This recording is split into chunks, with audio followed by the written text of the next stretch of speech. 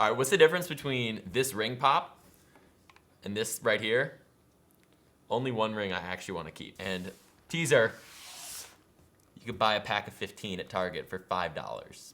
Hey, what's good guys? Keaton here. So for as long as I can remember, I've always been a big fan of wearables. Matt introduced me to the Pebble a few years ago, and I have freaking loved it ever since, just because I'm one of those people that is on their phone way too much. I can't remember how many times I've been told while I'm at the dinner table to put my phone away, and I guess having a smartwatch has kind of fixed that problem. So naturally, I was really pumped to check out what a smart ring was and what it could do. But to my surprise, I was really disappointed. So let's check it out. So this is the Nia Smart Ring. It goes for 139 bucks and it works with your Android and iOS devices and even your Mac and PC, which I thought was pretty cool. So what's different about this ring compared to some of the other ones out there is this touchpad. And when I saw this, I thought like this was gonna be it and it would be a lot more practical than it ended up being. So to install the ring, and it comes in 3 different sizes. I didn't get the right size, but it still works for like my experience on it. It's really tight. Again, that's just because of my sizing thing. So you're gonna wanna install this where you can contact it with your thumb. That's essentially the best way to use it and just the most natural way to use it. So I have easy access to this touchpad right here. So some of the things you can do with the Nia is adjust the volume on your phone just by swiping left and right. But how practical really is that? I mean, or just doing it on your smartwatch. You can activate Siri.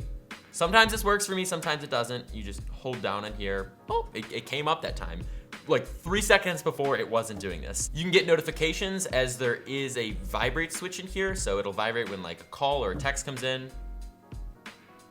Or sometimes it does that.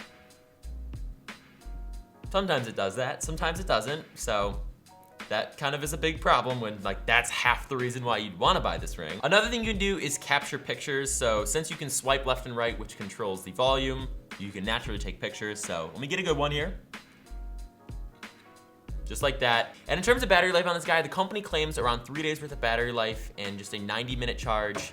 So about half those things actually work. So the Nia has its own app, and when I first saw this, I was like, whoa, this actually seems like it's the real deal. But it's not the real deal. It sometimes works. So for example, when you go into the notify part and you go to calls and messages, and let's say for example, I wanna just get text messages from Matt, I turn on that priority VIP thing, and I should just get vibrations on this ring from Matt. And that has only worked for me once. And Matt has texted me like hundreds of times since I actually got this, and I've only gotten 1 vibration. That's not good. That's not good when their whole selling point is like, oh, this should kind of replace a smartwatch, and this should just kind of be something you always keep on your finger. And I just really wasn't too stoked about that. So there's some other things on here like play and pause music, which is kind of cool, but I never really used that. Capturing selfies was actually awesome because, you know, with the smartwatch, you have to like have both your hands on here or just take the watch off as a whole. So I did actually like that, but for the most part, the app was kind of like for me, and that's kind of like half the experience here. So what the Nia is trying to do is kind of replace your smartwatch. And that really would work if everything as advertised actually worked. One thing I just could not stand, guys, is the design of this. And I kind of saw in pictures, I didn't think it would be like this bad, but it is freaking huge on my finger. I don't know if you can see, but here is my finger without the ring. Here is it with the ring. Here's my Pebble Time round. Here is the ring. It is freaking huge. And I just really wouldn't want to wear this on a daily basis. And like, I don't think my mom, who actually wears a ring, would even want to wear this on a daily basis. And for some of the stuff that this thing can do, it just didn't work 10 out of 10 times. And that kind of sucks. And another thing I could not stand was like this charger thing here. So there's no actual physical kind of port you plug into. You just take this charging dock here, you take the ring off, and then you just set it down. And then from there, it's supposed to charge, allegedly. I left this thing overnight. I thought I was charging it from 50 to 100% battery. I woke up with like 75% battery. So that's a thing. And to be honest, guys, I just thought this would be a much better experience and everything would work. This thing is actually encountering more problems than I had ever imagined. And I guess what really kind of just hits home for me on this is with a smart ring compared to like a smartwatch or even Google Glass. You remember that? I remember that.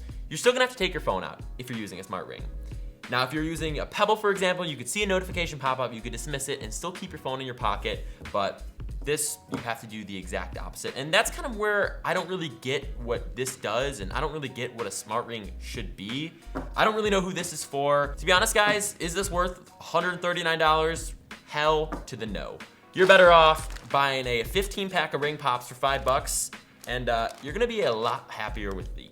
And before I head out, I wanna give a huge thanks to Braintree Payments for making this video possible. So in case you guys don't know this, we actually have t-shirts. Here is one, they look freaking awesome. Matt gets all the credit for this because he set it up entirely.